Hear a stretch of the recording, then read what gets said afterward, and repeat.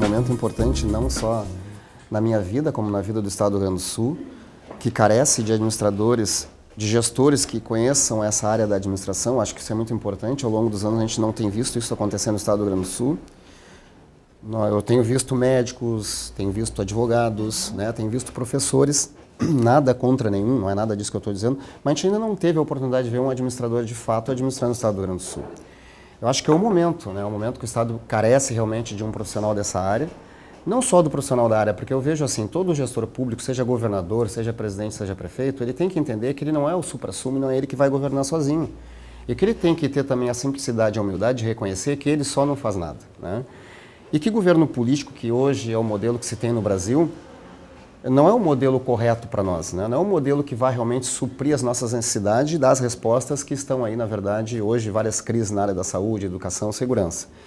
Eu vejo que hoje um governo técnico, que é o governo que eu defendo, né, que é um governo formado por pessoas tecnicamente altamente qualificadas, né, seja na área da administração, da engenharia, pessoas que têm realmente essa competência. Porque o que tem se visto ao longo dos anos, aí, nos últimos 30 anos, são pessoas meramente políticas, e que a maior preocupação deles é construir partido, né, e não construir Estado. Nós pegamos aí situações, por exemplo, de construção de estradas que são planejadas para 5, 10 anos, né, planejadas para hoje, para amanhã, mas não são planejadas para o futuro, né. Depois tu vê que tu tem que estar, na verdade, apropriando, né, grandes residências para poder, na verdade, reformar essa estrada. O meu governo defende projetos nesse sentido de outra forma, com pessoas altamente qualificadas, projetos bem discutidos, bem elaborados, pensando nos próximos 100 anos. Porque a gente não pode planejar algo para daqui 10, 5 anos, nós temos que planejar coisa para uma distância muito maior. Se tu pegar na Europa, por exemplo, nós vimos conversando hoje, ontem nós conversamos sobre isso, se tu pegar na Europa, por exemplo, tu pega aquelas estradas imensas de 8, 6 pistas, né? E tu vê que não tem nada na volta ainda, mas os caras já fizeram aquilo planejando o futuro, porque o futuro está logo ali, né?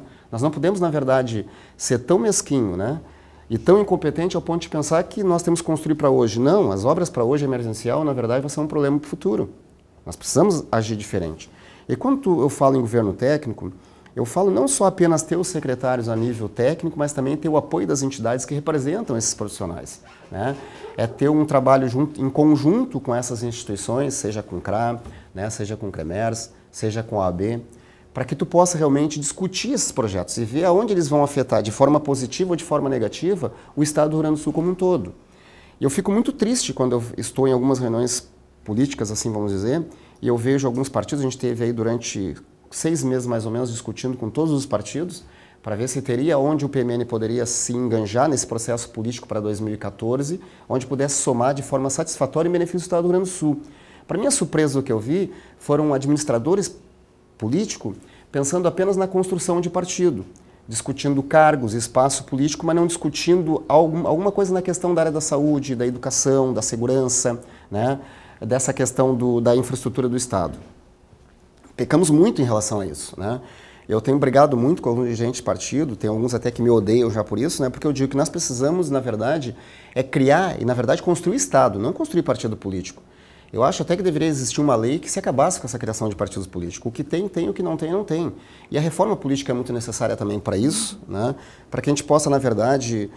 Hoje nós temos 35 partidos políticos. É muito partido. Acho que nós devemos ter no máximo uns 12 partidos, já estaria de bom tamanho, né? Tu teria talvez 6 partidos de um lado, 6 de outro, para realmente compor um governo, né, qualificado. Porque construir governo para um Estado da dimensão do Estado do Rio Grande do Sul, com 12, 15, 20 partidos políticos se torna muito difícil e muitas vezes inviável, a gente viu aí, né? Candidatos que um ofende o outro, na verdade um diz que o outro não foi incompetente, o outro foi incompetente, mas na verdade todos os governos dos últimos 30 anos, se nós formos estudar, e eu tenho estudado sobre isso, foram governos que deixaram muito a desejar, independente de partido político. Porque eu tenho ressaltado sempre nas minhas reuniões, nas minhas entrevistas e palestras, que o partido político apenas é um mecanismo para conduzir um cidadão ao cargo público. Então nós precisamos parar de penalizar partidos e penalizar as pessoas que respondem por esses partidos, né? É que nem, por exemplo, eu trabalho gerente administrativo há muitos anos, são 25 anos já nessa área. Peguei empresas quebradas e a gente conseguiu recuperar a empresa pelo trabalho que se fez. Um trabalho técnico, pessoas técnicas, pessoas qualificadas para aquilo, né? Então hoje tu pegar um estado do Rio Grande do Sul na situação que ele está e continuar no governo político, na verdade é um retrocesso. E nós vamos cada vez mais deixar o estado pecando. Na verdade não vai se resolver o problema da saúde, da educação, da segurança. Quando se fala em segurança para os demais candidatos, ou até mesmo para os que governam, segurança para eles é investimento em vulto de dinheiro. Nem sempre tudo precisa ser investido um dinheiro tão alto para se resolver as questões.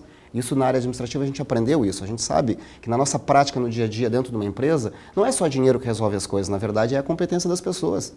Já vi em uma empresa, a gente conseguiu em 6 meses colocar uma empresa de 40 mil reais de faturamento para 250 mil reais em 6 meses. Eu consegui fazer isso através de uma consultoria, com pessoas tecnicamente qualificadas. E creio que isso é possível no estado do Rio Grande do Sul também, que é um estado rico. É um estado altamente produtivo e que não consegue hoje se beneficiar dessa produção que existe. Então nós precisamos, na verdade, o quê? Ter um governo competente, um governo técnico, um governo que vai ter as pessoas corretas. Bom, no nosso governo, como será esse governo técnico? Será indicado por partidos políticos? Não.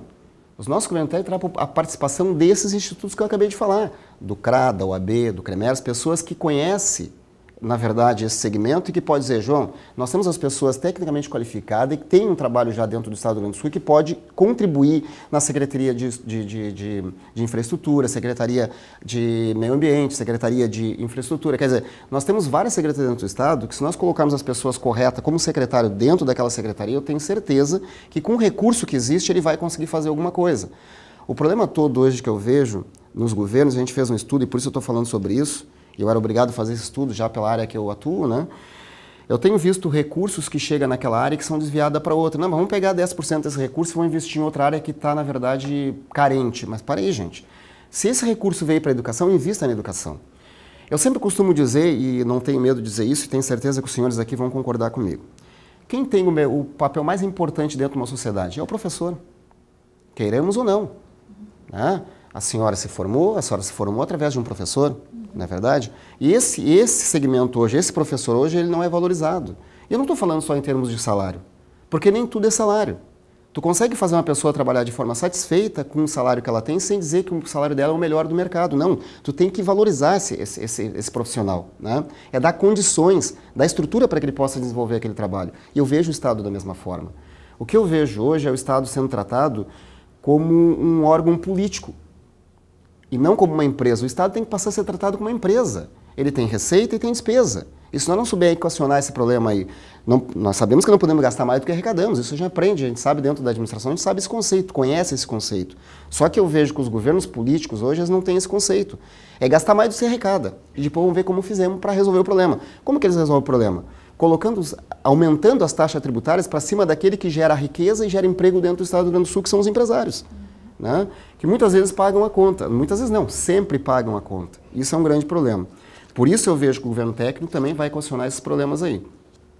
Na área da educação e da saúde, nós queremos, na verdade, não reconstruir novos hospitais na saúde. Nós, na verdade, não teríamos hoje condições financeiras para se construir novos hospitais. A gente sabe de uma prefeitura no estado do interior, no interior do estado aí, que construiu um hospital padrão FIFA, vamos dizer assim, e nunca funcionou. Porque não tinha recursos, não tinha investimento para esse hospital funcionar, né? Recentemente visitando, porque eu tenho visitado o hospital, tenho visitado o posto de saúde, né? Para discutir com as pessoas, saber o que está acontecendo de verdade. E o que eu vi lá? Eu vi que o que falam hoje aí na imprensa não é verdade. Não, investimos 300 trilhões de reais na saúde e a saúde está bem. É mentira, não é verdade isso aí. A saúde está cada vez mais capenga, a saúde está carente, a saúde está um verdadeiro caos no estado do Rio Grande do Sul. E eu me envergonho disso, porque tu chega lá e tu pega pessoas de 60 anos, 70 anos, que nem teve agora esses dias aí no hospital, a pessoa dormiu no corredor com um cobertorzinho, no corredor no chão, para talvez ser atendida no outro dia da manhã. Será que o governador não vê isso? Eu vejo assim, que tem que existir um pouco mais de amor, um pouco mais de humanismo também nessa questão de quem governa, que não é o problema deles.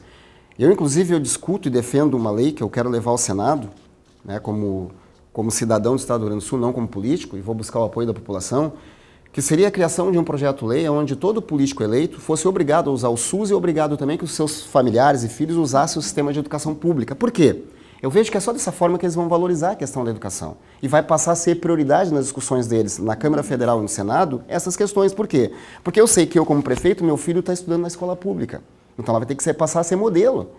Porque meu filho está estudando lá. Mas enquanto isso não acontecer, vai ser difícil. Não adianta qualquer candidato dizer para mim que ele vai investir 200 bilhões de reais na educação que vai resolver para mim. Mentira. Porque esse dinheiro não vai chegar lá.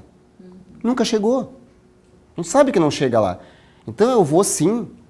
Talvez eu não consiga me eleger dessa vez, e eu não estou buscando apenas o poder, não é nada disso, eu estou buscando abrir os olhos das pessoas e mostrar para elas, se a gente se unir, se mobilizar, as coisas podem mudar. Mas é através de projeto-lei que obrigue esses elementos a usarem o mesmo serviço que nós usamos. Se o serviço é tão bom que nem eles estão dizendo, por que eles não fazem uso desse serviço?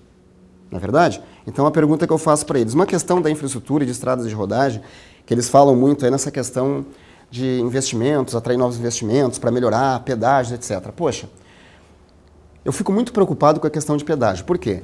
Isso vem uma discussão há muitos anos, eles vêm trazendo os pedágios, mas a gente sabe que os pedágios, empresas de pedágio, a maior parte delas são de deputados federais, de senadores. Eles são os donos dessas empresas de pedágio.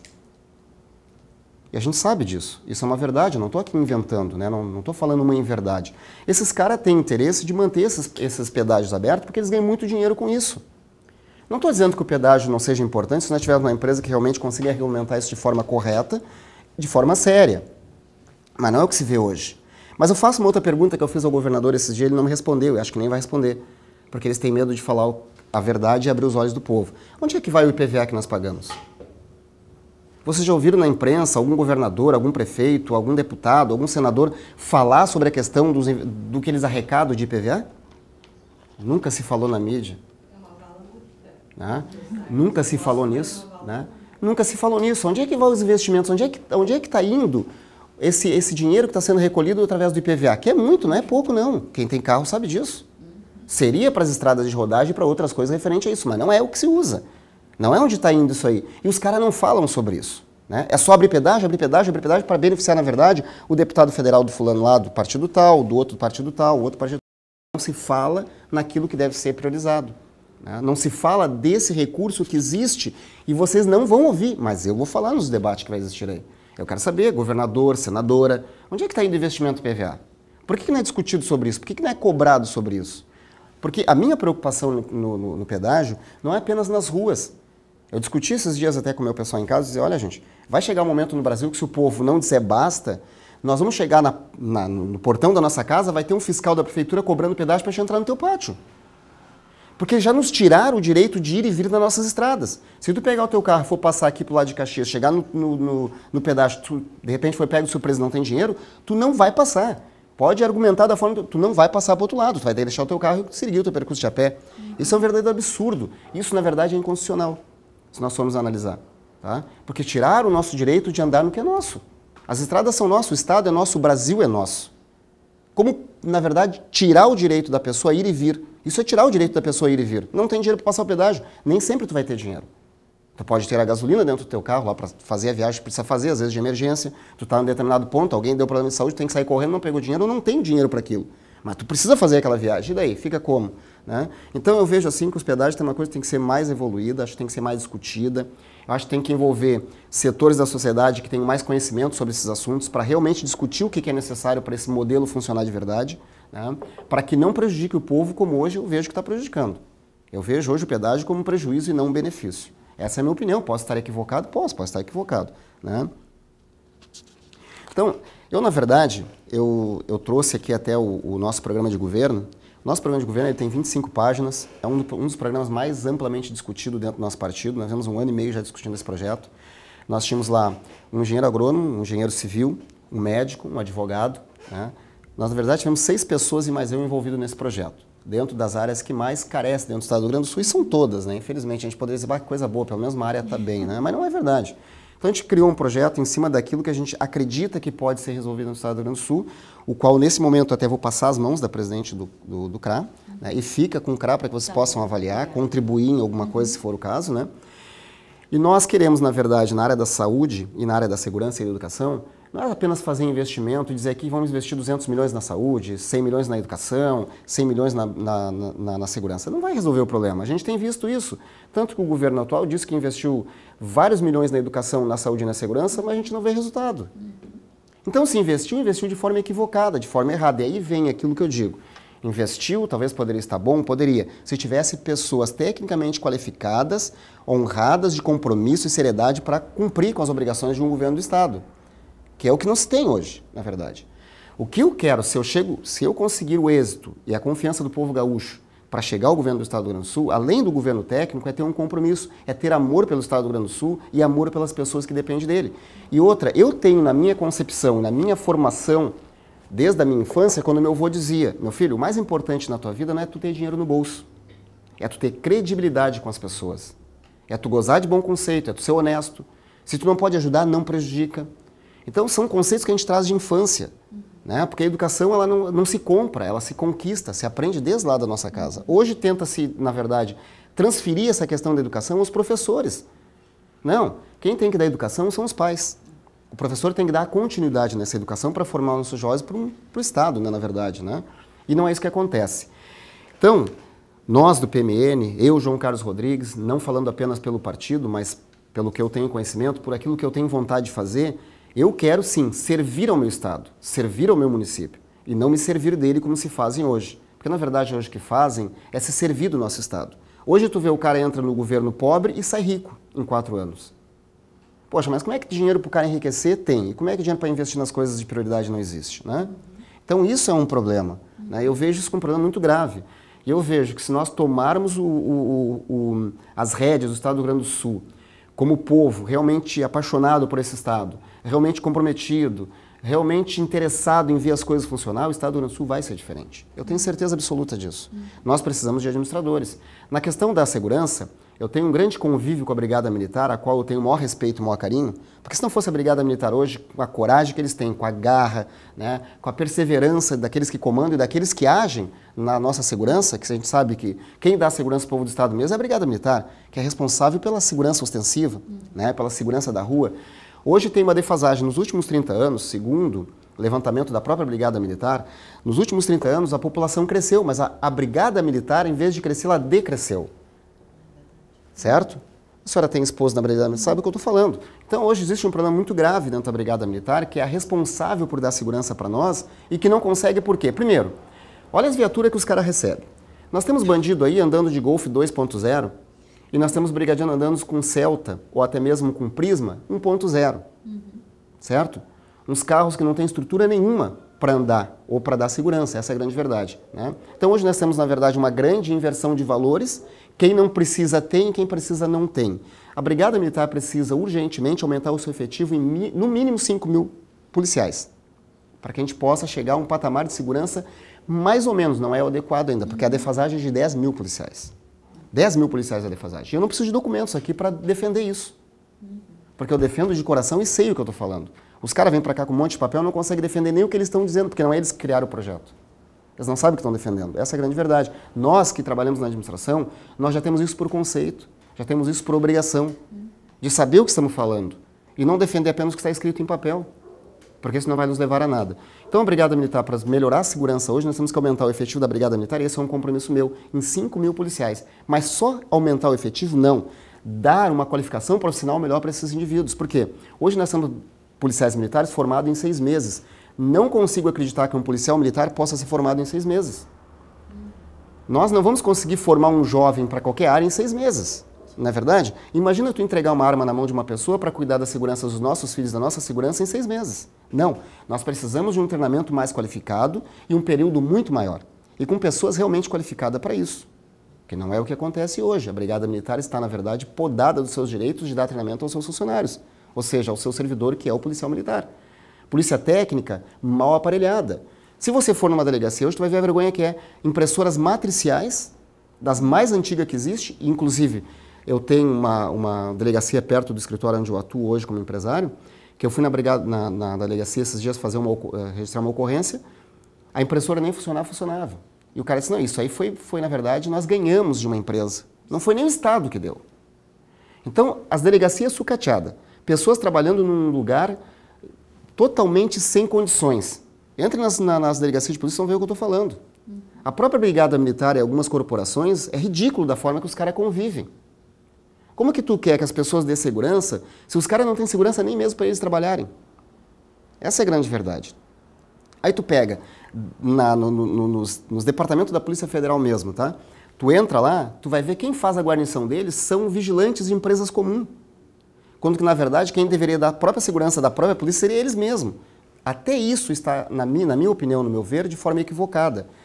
Então, tu veja bem, nós confiamos hoje a uma empresa de vigilância, nada contra, eu acho que a vigilância está aí para nos garantir também segurança, na verdade, uma ferramenta de apoio, mas não deve ser a ferramenta principal.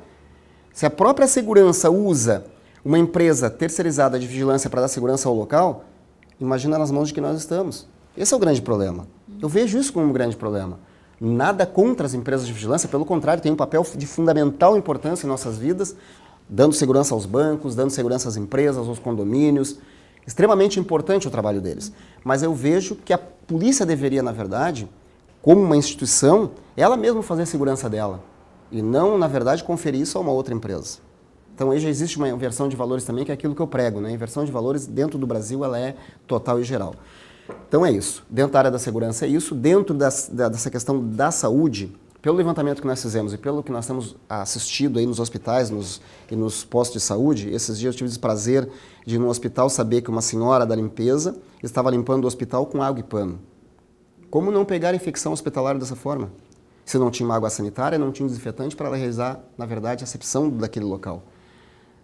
Uma doutora amiga nossa pediu demissão do hospital porque ela disse que não aguenta mais conviver com esse tipo de situação.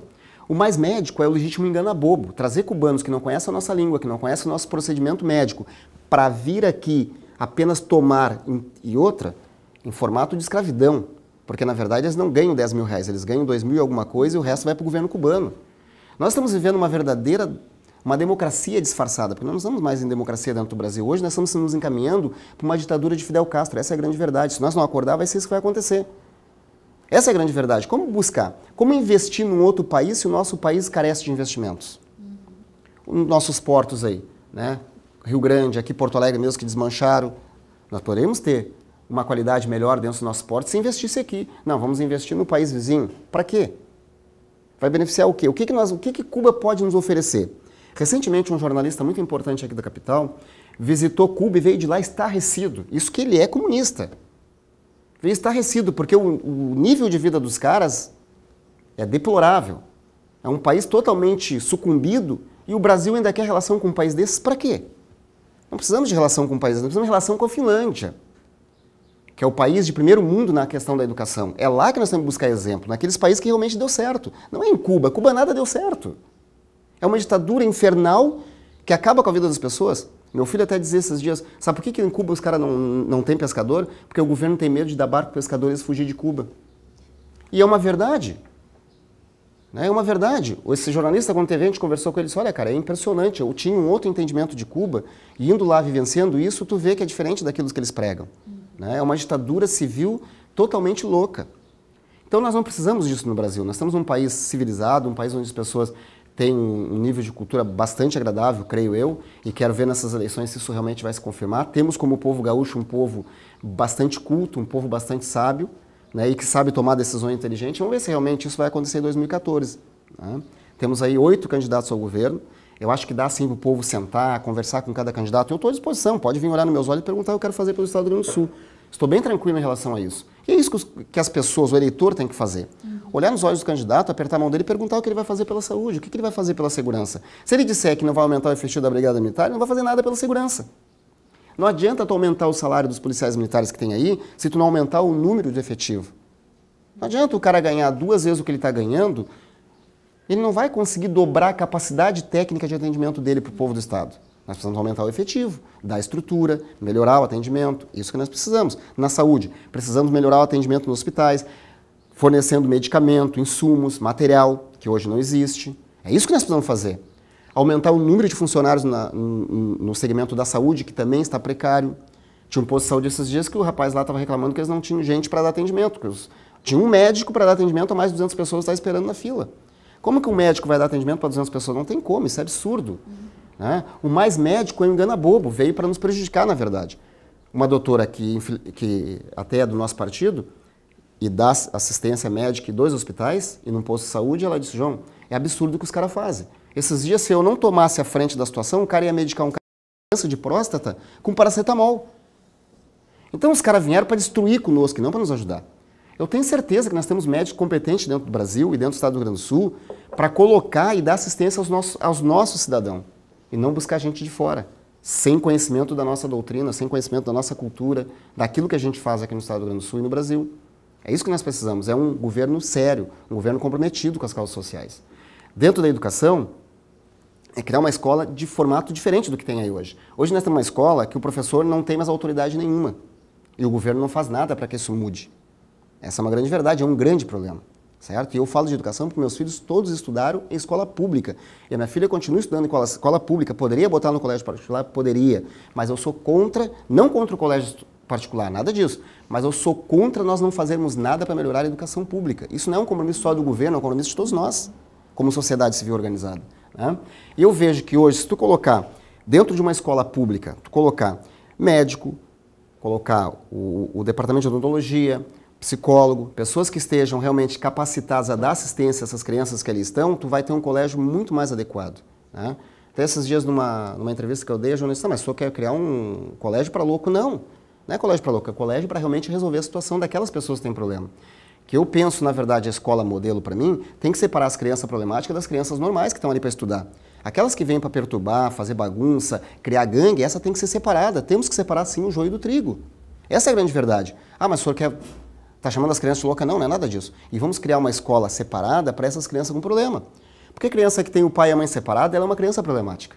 Ela não vai conseguir render como as crianças normais. Então veja bem que na educação tu não precisa fazer muito, não precisa investir muito para ter resultado positivo. Precisa ter conhecimento, precisa na verdade é ter vontade, precisa na verdade é fazer as coisas acontecerem. Eu tenho certeza que uma escola nesse formato hoje, diferente da que está aí, com esses departamentos à disposição dessas crianças, tu vai desafogar a emergência do hospital, tu vai desafogar postos de saúde, porque tu vai ter um médico em cada escola, certo? Tu vai ter essas pessoas capacitadas dessa assistência. Nessa escola especial, tu vai ter aquele psicólogo, aquele psiquiatra que vai chamar a família e vai ver o que está acontecendo. Vai pegar aquela criança com problema, que só quer brigar, que só quer fazer arte, coisa e tal, vai sentar com ela e vai ver o que está acontecendo com aquela criança.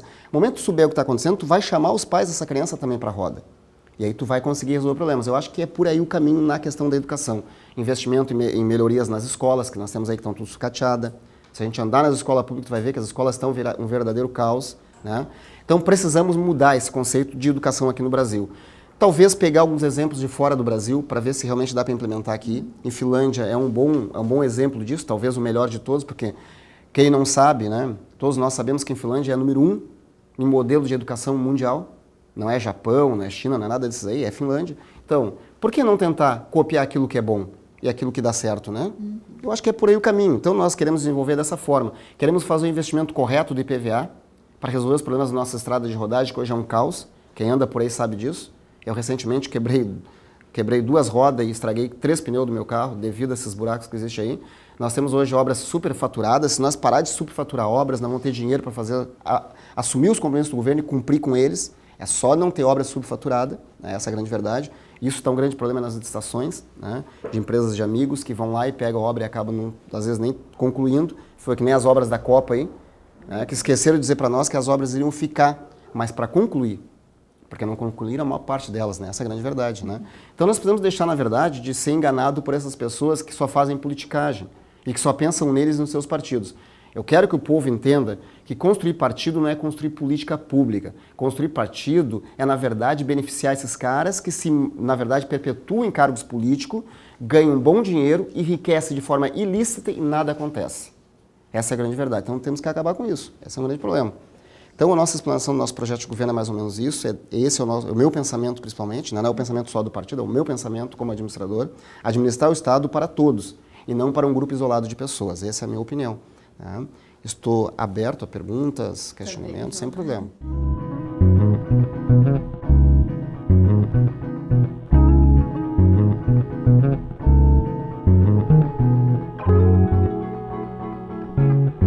fala de dívida, é uma coisa que eu fico muito à vontade para tratar sobre esse assunto. Por quê? Eu já peguei algumas empresas com crise, claro que não se compara ao tamanho de um estado do Rio Grande do Sul, mas não deixa de ser diferente. A equação tem que ser a mesma. Achar o ponto de equilíbrio e resolver a situação, né? Então nós temos 4 anos pela frente para resolver a situação e achar o ponto de equilíbrio e equacionar esse problema. O que eu vejo da dívida daqui do estado do Rio Grande do Sul, e não é só do Rio Grande do Sul, é de todos os estados, é que a União, na verdade, ela arranca dos estados tudo aquilo que o estado produz e manda de volta para o estado uma mixaria. Essa é a grande verdade, né? Hoje o que nós precisamos, na verdade, é forçar o governo federal e bater pé para que essa dívida seja de uma vez por todas resolvida. Porque se tu pegar lá, eu vi, isso aí nós pegamos alguns dados aí, a dívida, na verdade, do estado do Rio Grande do Sul já foi até paga através de juros. Essa é a grande verdade, né? Então, é a mesma coisa do cheque especial de banco. Tu entra no cheque especial, tu não consegue sair mais, mas tu já pagou ali durante um ano a dívida umas 3 vezes. Né? E hoje nós estamos no estado do Rio Grande do Sul sendo tratado como um cliente de banco a nível de cheque especial. Isso tem que acabar. Essa é a grande verdade, né? Eu vi algumas pessoas, inclusive um economista esses dias falando sobre isso, que a questão da dívida do Rio Grande do Sul é uma questão de falta de vontade política de resolver ela. A gente sabia aí que talvez o governo atual poderia resolver essa questão por ser do mesmo governo federal.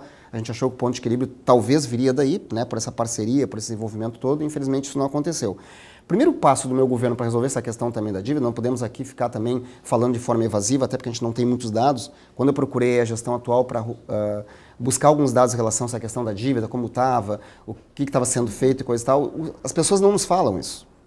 Não nos passam essas informações. E o tal de portal ali da transparência é o legítimo engano bobo, não tem informação nenhuma ali a esse respeito, né? Então vejo que não dá para ser tratado de forma liviana. O que nós temos que fazer, na verdade, se assumirmos o governo do estado do Rio Grande do Sul, de cara, é fazer uma grande auditoria. Quem trabalha na área de administração sabe que a auditoria vai te dar, né, os números exatos e verdadeiros de cada problema. Né? E em cima dessa auditoria, tu vai poder equacionar o problema, ou seja, achar o ponto de equilíbrio. Vejo que a dívida é um problema muito sério para o estado do Rio Grande do Sul. E é o que hoje, segundo os atuais governos, está atravancando o progresso do estado do Rio Grande do Sul, né? Que dificulta, porque não consegue se pagar a dívida, mas tem que pagar o juro, e isso, na verdade, nos tira um poder, né, um poder de investimento. Né? Essa é a grande verdade. Então eu vejo que o primeiro passo é fazer essa auditoria, tentar achar o ponto de equilíbrio, buscar novos investimentos para o estado do Rio Grande do Sul, para que se possa gerar imposto, para que isso também possa, na verdade, atribuir um fator positivo em relação a isso. Essa é a minha posição agora, nesse momento, em relação à dívida.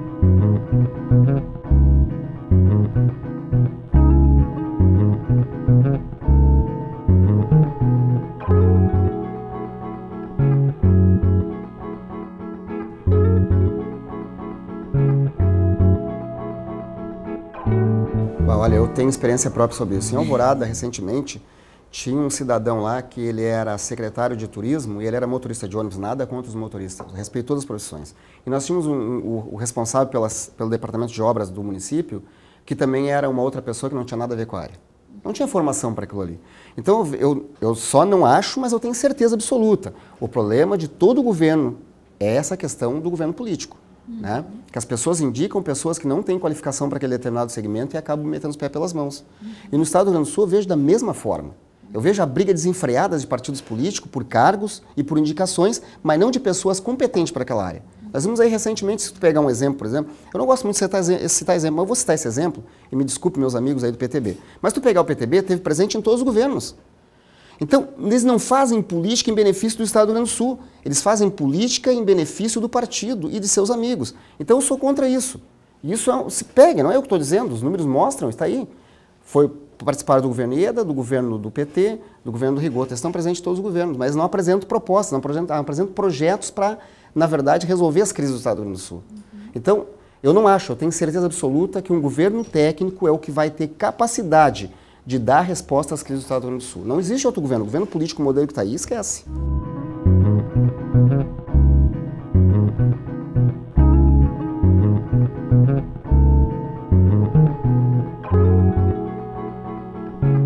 Eu quero primeiramente agradecer, né, a oportunidade que eu tive aqui no CRA de debater com vocês, uma área onde eu atuo há mais de 20 anos, onde eu tenho o maior carinho, o maior respeito. Eu vejo que os profissionais dessa área podem dar resposta e podem ajudar na conclusão de projetos para o governo do estado do Rio Grande do Sul.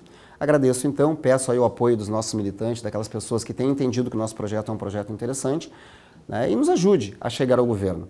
Se chegarmos ao governo, tenho certeza absoluta que com a experiência que nós temos na área administrativa, nós vamos poder sentar e montar ou compor um grande governo para resolver os problemas do estado do Rio Grande do Sul. Tenho certeza absoluta disso, por isso o 33, o PMN está à disposição.